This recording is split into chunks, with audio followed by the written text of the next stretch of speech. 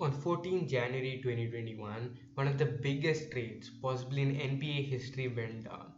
James Harden, one of the greatest players of our generation and one of the best players in the league right now and in NBA history, was traded to the Brooklyn Nets in a big 4-team trade which sent Jarrett Allen to Cleveland, Caris LeVert to Indiana and Victor Oladipo to Houston. Today, I want to talk about how the teams which are directly or indirectly involved in this blockbuster trade and how this affected each of their teams one season later. They be like, what? Can you teach me how to duck it? You know why? Cause all the bitches love it. All I need is a beat that's super bumpin'. And for you to back it up and dump it. Leave a like on this video and subscribe if you haven't already. I make very regular NBA content and if this interests you, do subscribe to the channel. Moving on, let's talk about the two teams which have possibly been least affected by this trade who are a part of this trade. The Cleveland Cavaliers had one of the best returns from this trade. They had an A+ grade from me since the trade went down because they gave away quite an insignificant Milwaukee first round pick and got in return one of the best interior presences in the league right now. They also now have one of the best defensive front courts in the league and one of the best young front courts in the league. Allen fits well alongside their most important guard right now in my opinion was Darius Garland, and him being a lob threat on the offensive end and an improving pick and roll player obviously helps. Overall, Jarrett Allen is just a very great NBA player and an amazing fit for this Cleveland Cavaliers team. Getting him for an insignificant first round pick was an absolute steal, and this move looks as amazing as it did right now as it did on day one. Moving on, the Indiana Pacers received Caris LeVert for Victor Oladipo. This was another great trade for the Pacers because they received an exceptional scorer in Caris LeVert and they just gave up an injury-riddled and sadly past his best days Victor Oladipo, who was asking for a lot of money anyways. LeVert did miss a lot of last season due to his medical implications, but when he came back, he started looking like his old self, averaging 21, 5 and 5 on a below average efficiency, but I believe that will get better next season. Caris LeVert provides the Indiana Pacers with a go-to scoring option alongside Sabonis, Brogdon and Turner, who are all very good players, but none of them are really the scorer which LeVert is. And LeVert really has the potential to unlock this team.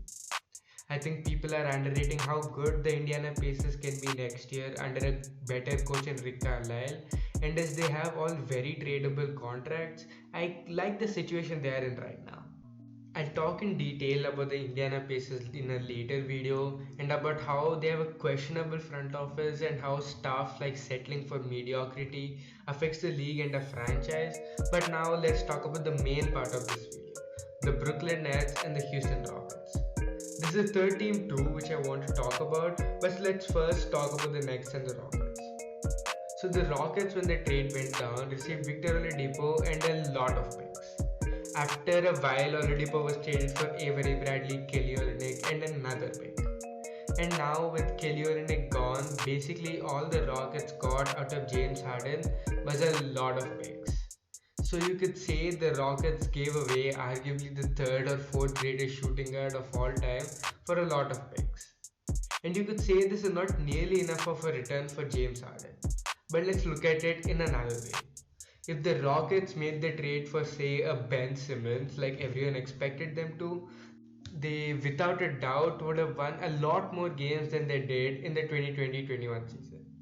If they did win more games, they probably wouldn't have gotten the second pick and wouldn't have gotten their star rookie in Jalen Green. Again, though we haven't seen Jalen Green play yet, all signs point to him being a very great player in this league and him having a ceiling of a possible scoring champion really sets a positive tone for the Rockets. So if Jalen Green does live up to his potential, will it mean the Rockets were actually geniuses and we all owe an apology to Rafael Stone? I can't really decide. When you make a trade for draft picks, you're banking on players who have not yet proven that they can deliver in the big stage to deliver in the big stage. And the picks they got in return from the Nets are not going to be that valuable anytime soon. Because one, KD signed an extension and Kyrie is about to sign one too. This means they're not going to be a bad team anytime soon, and the picks the Rockets receive from the Nets aren't going to be higher than like the mid 20s. And two, the Rockets chose to go with a boatload of picks instead of a proven All-NBA All-Star player in Ben Simmons. And unless Jalen Green or some of the players they're going to draft in the upcoming future live up to the expectations this team has on them, this might go down as one of the worst superstar trades ever. With that being said, the Rockets do still have a very good young core with Kevin Porter Jr., Jalen Green, Christian Wood, Jayshawn Tate, Kenyon Martin Jr., Alperen Sengun, and Usman Garuba. So it'll be very interesting to see how these players pan out. So did the Rockets get a good return or a bad return, or did they win this trade? In my opinion, if Jalen Green lives up to the hype, they did win this trade in a way. Because in my opinion, the reason they made the Nets trade above the 76ers trade aside from other reasons is because they wanted to be really bad and they wanted to get a high lottery pick who can be their franchise star, and this did happen. They got a high lottery pick and a guy who can be their franchise star in Jalen Green. So how Jalen Green pans out will either make Rafael Stone a genius or a madman in my opinion. So moving on to the Nets side of things. So the Brooklyn Nets were the team which received James Harden, the centerpiece of this entire trade and the person this entire trade was about. So what were the Nets expecting when they got Harden? A lot of championships and a lot of years of contention. Are they going to get these? Potentially and very likely.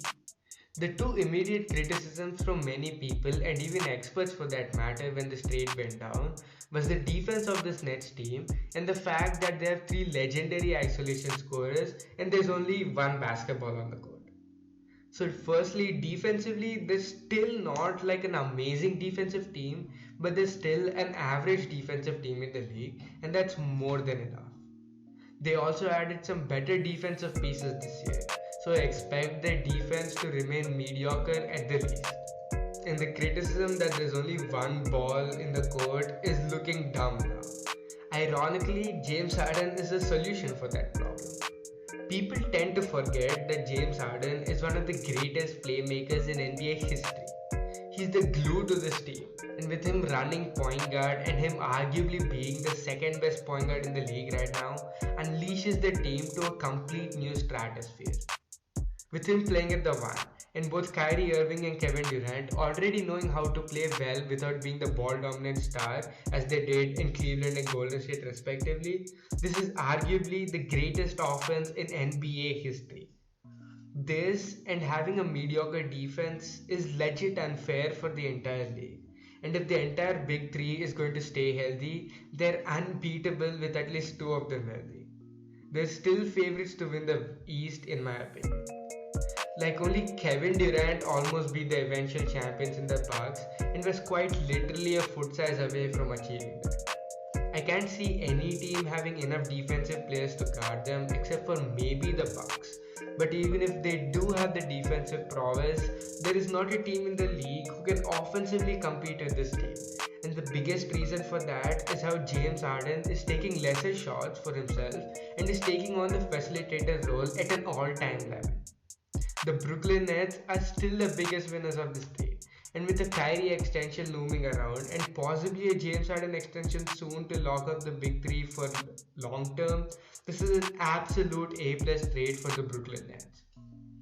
And as I mentioned before, I also want to talk about one more team which was affected by the James Harden trade but not directly, and that's the Philadelphia 76ers. After quite a lot of research on why the Rockets took the Nets trade over the 76ers trade, I realized the main reason for this is the relationship between Daryl Morey and the Houston Rockets organization. The immediate reason which was put out to the public, if I remember right, was that the 76ers were not willing to give away Tyrese Maxey in the deal, but the point is the trade didn't go down and there was a slight possibility of this trade going down. And this deal not going down affected the league greatly. I still believe that the 76ers had the best offer for James Harden and that Harden in Philly is without a doubt the biggest what if of last season. The Embiid-Harden duo would have absolutely murdered the entire league, and the problem of not having a perimeter player would have been solved by conveniently plugging in one of the greatest perimeter players in NBA history. The defense would have been iffy, but still the duo of Harden and Joel on offense, and Joel being an exceptional defender, would have ruined the league. They would have been the title favorites in my opinion and would have won the ring. And at the same time, the league would have had proper parity as all the contenders like the Nets, the 76ers, the Clippers, and the Lakers would have only had dynamic duos and none of them would have had a big three. It's funny, isn't it, how even in places like the NBA, relationships between two or three guys can completely alter the future of the league. And at the same time, though the Rockets might now have gotten their guy in Jalen Green, they still would have had a pretty high draft pick considering how stacked the West was last season, and that would still give them a ridiculously good young core of Ben Simmons, Kevin Porter Jr., Christian Wood, Jason Tate, and whoever they might have drafted like a 7 or an 8 in Jonathan Kuminga or say a Franz Wagner. It would have been really interesting and fun. With that, we have come to the end of the video and I hope you enjoyed this video. Check out my other off-season content and be sure to check in for the next video. I'm going to be trying out something slightly different from usual and I'd really appreciate it if you all check that out. And of course, leave a like and subscribe.